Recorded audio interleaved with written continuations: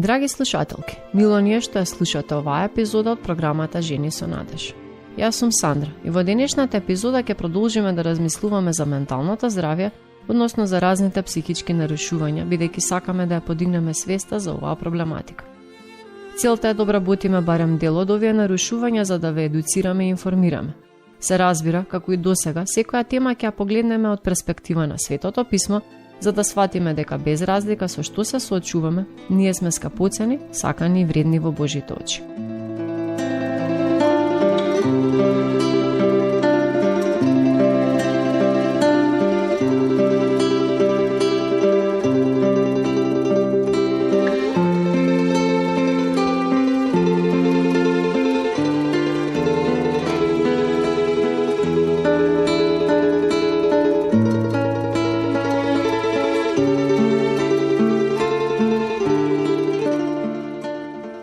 Сигурна сум дека ви се случило досега на некоја пријателка среда разговор да ја кажете: ајде, не биди толку параноична. Често. Еве стварно јас тој израз баш често го користам. Да, неверојатно, параноја, епитет кој често безболно им го лепиме на несигурните и сомнителните личности, а всушност е болест во која личноста преживува напнатост и страв предизвикани од ирационални идеи. Таквата личност не е способна да ги разликува имагинацијата од стварноста. Тоа е сериозна психичка болест. Во денешната епизода ќе зборуваме за тоа колку е честа оваа болест и како се лекува. Па ајде да започнеме. Не е необично повремено да се чувствуваме загрижено или напнато за тоа што мислат другите за нас. Или повремено да имаме загриженост околу тоа дали се наоѓаме во безбедно опкружување или не. Меѓутоа, животот во постојана состојба на недоварба кон поединец или кон цела група луѓе, или цврстото уверување дека постои непосредна, сериозна закана, кога нема очигледни знаци, може да значи дека личноста доживува параноични илузии. Неретко за некои луѓе кои интензивно и бурно реагираат на некој настан или информации, се вели дека се параноични. Обично тој поим го врзуваме со некој што е несигурен, живее во страв или го очекува само најлошото. Понекогаш изразот параноична личност се користи за оние кои веруваат во теории на заговор. Да, ние веќе ја започнавме темата, но добре дојде и за Моника, која ќе ни ја даде баш дефиницијата за оваа болест. Здраво и од мене. Паранојата е многу сериозно психичко расстройство, кое спаѓа во симптомите на психотичните расстройства, па затоа ретко се појавува како самостојна болест. Дел од стручњаците наведуваат дека паранојата е болест сама за себе, но последните податоци покажуваат дека не постои јасна диагноза за параноја, туку повеќе постојат други расстройства кои го имаат симптомот за параноја. Паранојата е ретка, но многу тешка. Главни симптоми се изразена напнатост, сомнителност, страв, чувство како сите да се против вас и слично. Освен параноја, друг назив за оваа состојба е делузивно расстройство. Така, Моника, кажи ни кои се причините за појава на паранојата? Причината за паранојата не е во потполност позната, но некои податоци покажуваат дека постои генетска поврзаност, освен што постои можност личноста да развие параноја поради биолошкото наследство и воспитувањето на личноста има големо влијание врз размислувањето и дејствувањето. Во семејствата каде што децата се воспитуваат на начин да живеат во страв од светот и да бидат сомнителни кон се, може да се развие параноја. Слично е и со општественото обкружување кое може да влијае на развојот на параноја кај младите. Системот на вредности во денешниот свет е малку залуден и во секој момент кој било може да биде виновен. Намалено е нивото на емпатија и толеранција, па луѓето почесто се отфрлени од општеството поради поинакви мислења. Сето тоа, заедно со други општествени фактори, може да влијае на развивање на овој проблем кај личноста. Параноична личност не може да гледа рационално кога ќе се најде пред предизвик или информација што не ја разбира, затоа причината за параноја може да лежи и во претходно негативно искуство или траума, кои предизвикале страв или силен стрес. Причината за параноја може да биде во претходен настан, кој предизвикал засилен страв во учењето, општествената околина или некое друго психичко расстройство се јавува како симптом на некои други психички болести, а најчесто со параноидната шизофренија. Иако особините на личноста обично се формираат во адолесцентскиот период, паранојата почесто се појавува кај луѓе меѓу 30-та и 45-та година. Не е ретка ниту во постариот период од животот. Моника, јас сум слушала дека и консумирањето разни дроги може да развие параноја кај корисниците. Да, конзумирањето дрога може да доведе до развој на параноја. Многу супстанци, вклучувајќи ги канабисот, кокаинот, амфетамините и ЛСД, може да предизвикаат или да ги влошат симптомите на параноја, особено кај луѓе кои веќе имаат предиспозиции за ментални расстройства. Овие симптоми може да варираат од блага нелагодност до сериозни епизоди на параноја. Исто така, долготрајната употреба на дроги може да влијае на менталното здравје и да го зголеми ризикот од различни расстройства. Тогаш, како да ја препознаеме оваа болест? Кои се симптомите? Најчестите симптоми и показатели дека се работи за параноја вклучуваат претерана предпазливост и сомнителност, чувство на анксиозност, страв, нелагодност, уверување дека личноста некоја следи, ја прислушкува или постојано гледа, изразена љубомора, нагли промени во општествените односи. Личноста која има параноја на луѓето од својата околина ќе им зборува дека треба да бидат предпазливи, предупредувајќи ги на ирационални можности. Таквите луѓе можеби нема да сакаат да зборуваат на телефон поради уверувањето дека некој ги слуша, или нема да сакаат да излегуваат од својот дом поради страв дека некој постојано ги следи. Параноичната личност не размислува рационално ниту логично.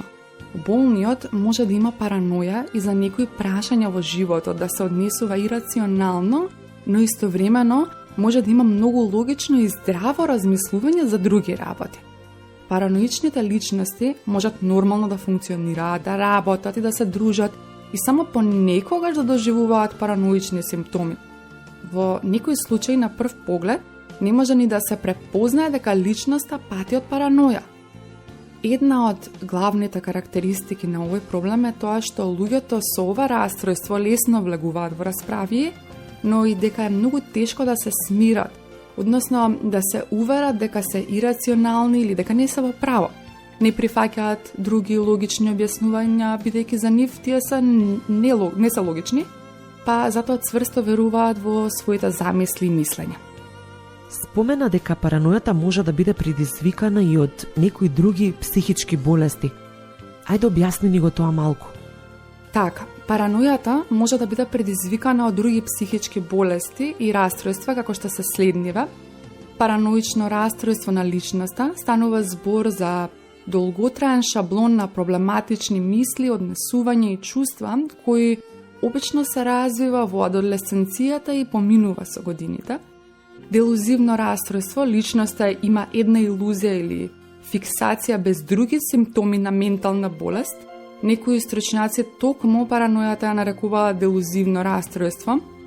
Параноидна шизофренија, облик на психоза кај кој пациентот предизвикува проблем со толкувањето на стварноста, се јавува со други симптоми како што се халуцинации, заблуди, намалена мотивација и избунато размислување.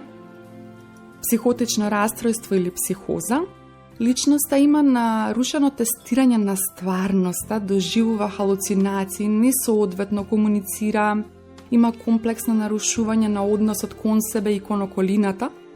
Биполарно расстройство, расстройство на ниво на расположение и активноста, кое предизвикува налети на особено добра и особено лоша енергија и однесување, манија, хипоманија и депресија во епизоди. За ова расстройство нели зборувавме во една од нашите емисии. Невролошки болести како Алцхеймеровата болест, Паркинсоновата болест или Хангитиновата болест и други. Моника, дали имаш некој конкретен пример за параноични заблуди? Параноичните заблуди се фиксни и лажни уверувања кои често ја вклучуваат идејата дека нечија безбедност е загрозена. Овде нагласокот е дека уверувањето е фиксно. што значи дека поединецот не може да се убеди дека е во заблуда. Дури никога ќе му се представат докази кои го тврдат спротивното. Некои примери за однесување предизвикани од параноични заблуди вклучуваат лажни уверувања. Тоа се силни, фиксни и константни уверувања кои не се заосновани на стварност или на докази. Сомнителност и недоверба. Овој вообичаен симптом може да се опише како засилено чувство на сомнеш и недоверба кон другите. Поединецот може да се чувствува дека другите коваат заговор против него, планираат да му наштетат или се обидуваат да ги контролираат неговите мисли и однесувања. Хипербудност, луѓето секогаш може да се чувствуваат на штрек, непрестанно скенирајќи го своето обкружување во потрага по потенцијални закани. Непријателство и агресија, личноста може да стане претерано одбрамбена, агресивна или непријателски расположена кон другите, особено ако се чувствува загрозено или нападнато. Повлекување, можно е личноста да се повлече од друштвените ситуации, да избегнува интеракција со другите, тоа обично произлегува од страв или од сомнеш. Раздразливост, луѓето со параноични заблуди може да доживеат честа раздразливост, која може да ја потикне дури најмалото забележано омаловажување или навреда. Постојат многу начини на кои овие однесувања може да се манифестираат кај луѓето со параноични делузии. Еден вообичаен пример е заблудата за прогонување. Пример за тоа е кога некој верува дека саканата личност дома се обидува да го отруе, па избегнува да јаде. Или личноста може да има неосновано уверение дека и се подготвува атентат, па избегнува да излегува надвор. Некои луѓе може да доживеат илузии на љубомора, што може потполно да ги увери дека нивниот партнер се гледа со некој друг зад нивниот грб, без никакви докази. Или може да се чувствуваат хиперсвесни за својата околина, стравувајќи дека некој ги наблюдува или ги следи. Во други случаи, некој со параноични заблуди може да има уверување или теории кои другите ги сметаат за бизарни или невозможни. Параноичните заблуди може да бидат особено тешки за помладите. Ученик во средно училиште со параноични заблуди може да верува дека соучениците зборуваат зад него зад грб, дека сплеткараат против него или намерно го исклучуваат од друштвените активности.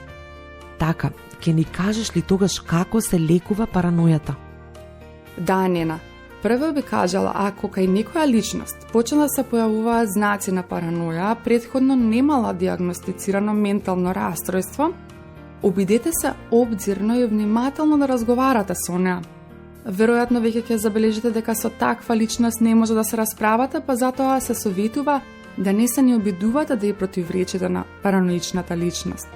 Личноста во таа состојба би можела да го свати тоа како напад, што може само да го засили рационалното однесување. Избегнувајте кавги со такви луѓе, бидејќи така само ги засилувате симптомите на оваа болест. Доколку сте загрижени дека вие имате параноични црти или не сте сигурни дали кај блиската личност работи за параноја или за краткотраен страв, обидете се да одговорите на следниве прашања. Дали некој друг ги дели со вас истите мисли и чувства на страв и сомнеш за одредено прашање кое ве мачи? Дали постои јасна причина за вашата вознемиреност и страв? Дали имате сомнителни мисли и покрај уверувањата од другите дека не сте во право? Дали своите сомнежи ги засновате само на чувства? Кога ќе забележите знаци на параноја кај некоја личност, обидете се да разговарате со неа, за да посети соодветен лекар.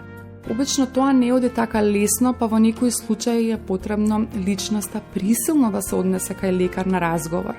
Паранојата тешко се диагностицира ако не постојат претходни болести, но разговорот со психолог е првиот чекор во лекувањето.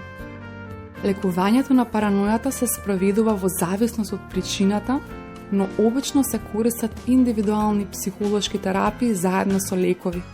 Лекувањето на оваа болест е долготраен и сложен процес, бидејќи личноста треба да стекне потполна доверба во својот лекар, што е тешко да се постигне кај лица кои патат од оваа состојба.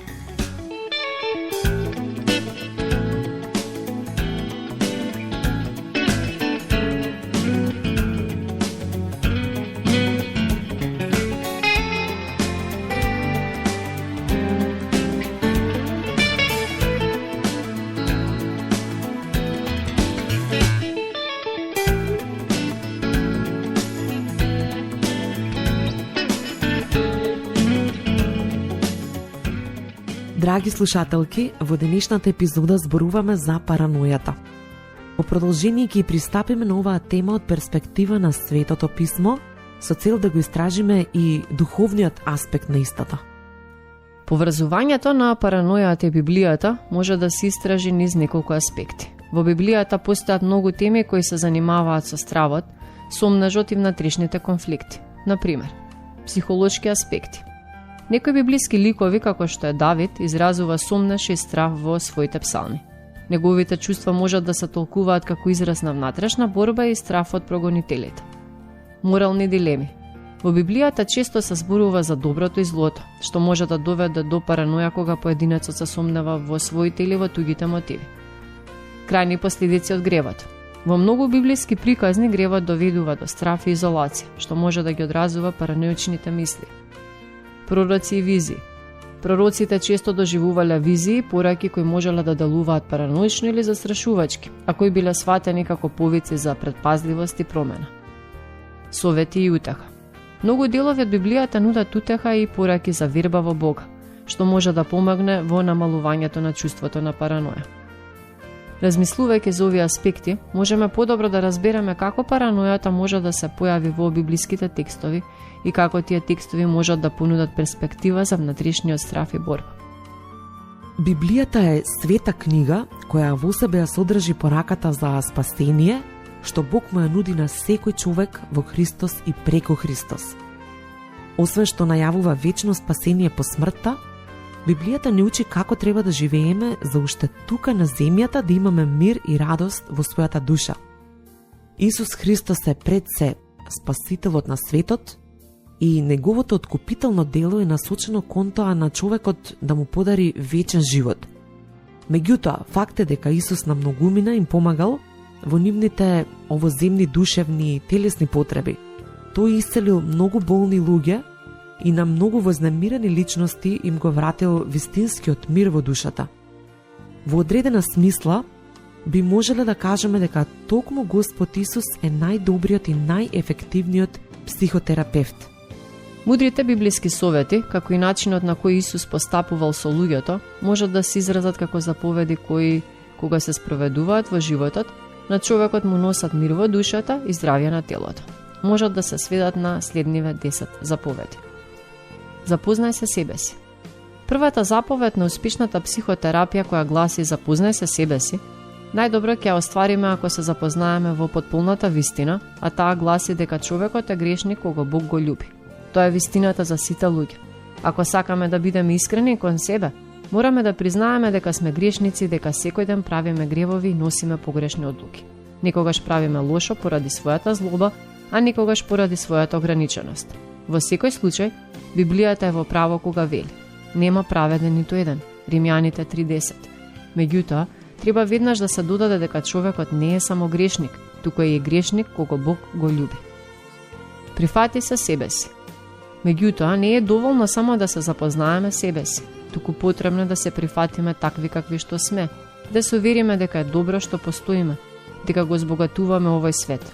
Најсилната причина да се прифатам себе си се наоѓа во фактот и вистината дека Бог прв ме прифатил мене. Ако самиот Бог ме сака и ме прифаќа таква каква што сум, тогаш нема никаква причина да не се прифатам и јас самата. Личноста која поверувала дека е прифатена од Бога ќе има храброст и самата да се прифати. А кога ќе го стори тоа на едно подлабоко ниво, ќе биде заштитена од стравовите кои ги напаѓаат оние што бегаат од себе, кои не се прифаќаат себе си. Исус, како најдобар психотерапевт, добро ја познавал човечката потреба да бидеме прифатени такви какви што сме. Засакај се себе си. Според Исусовото учење, љубовта кон себе е мерило за тоа како треба да се сакаат другите. Сакај го својот ближан како себе си. Матеј 19:19. Вели Исус, кога станува збор за љубовта кон себе, треба добро да се разграничи помеѓу автентичната љубов кон себе и нарцисидниот став кон себе си. Промени се себе си, обрати се. Целта на секоја терапија е промена на постојната, повеќе или помалку патолошка состојба, поради која е преземена одредена терапија. Целта на Исусовото проповедање беше обраќањето. Според Евангелието по Марко, првите зборови на Исус во неговиот јавен настап беа: времето се исполни и Царството Божјо наближи. Покајте се и верувајте во Евангелието. Марко 1:15.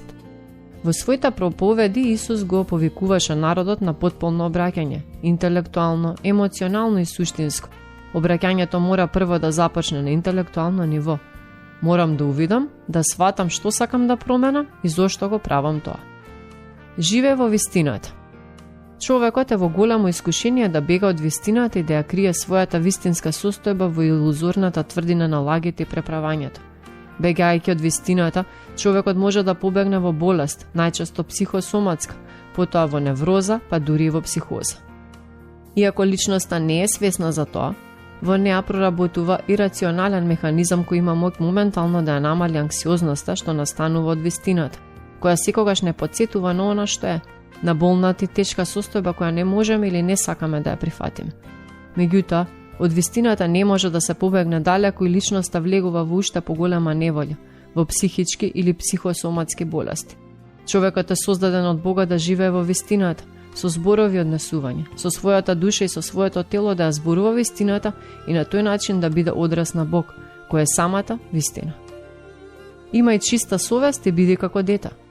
Чувството на вина ја мачи и ја вознемирува човековата совест. Чувството на вина генерално гледано се јавува тогаш кога човекот на своето животно патување ќе тргне по погрешен пат.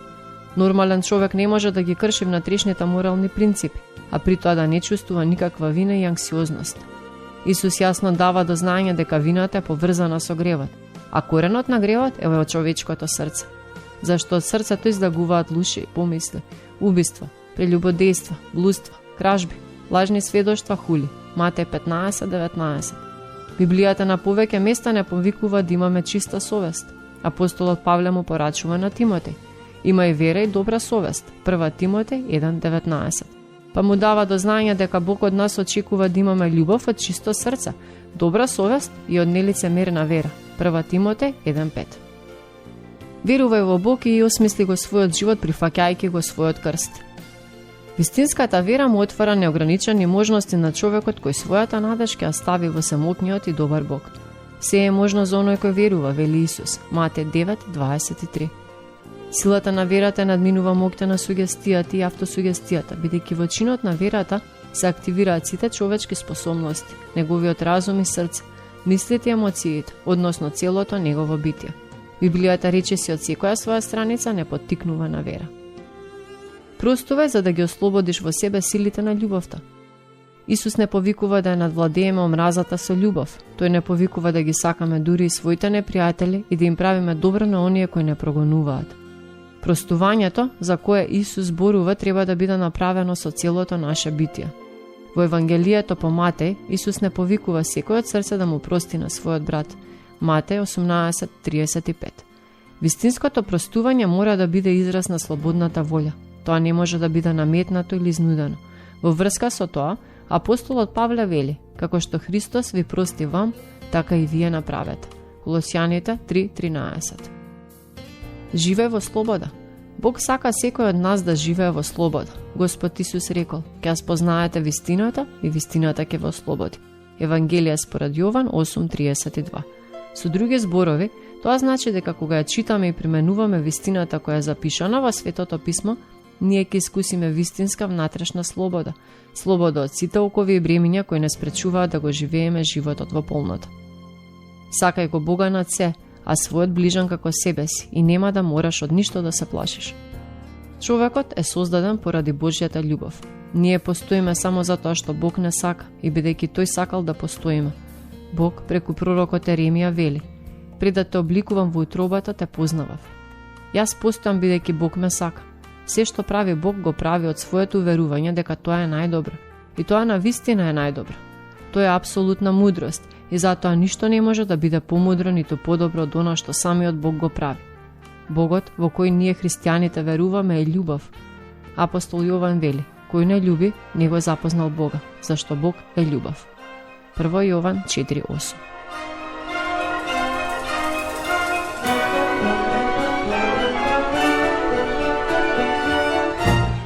Драги наши слушателки, дојдовме до крајот и на оваа епизода.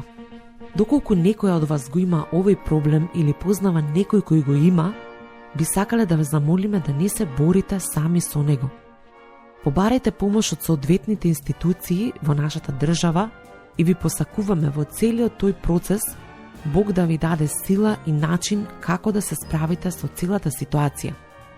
Доколку сакате да споделите некаков коментар со нас, можете тоа да го направите на нашата имейл адреса zenisonades@gmail.com. И се разбира, можете да не следите на нашите Facebook и Instagram профили, кои ќе ги најдете под името Жени со надеж. Се надевам дека ќе ни се придружите и во следната епизода. Бог нека ве благослови вас и вашите семејства.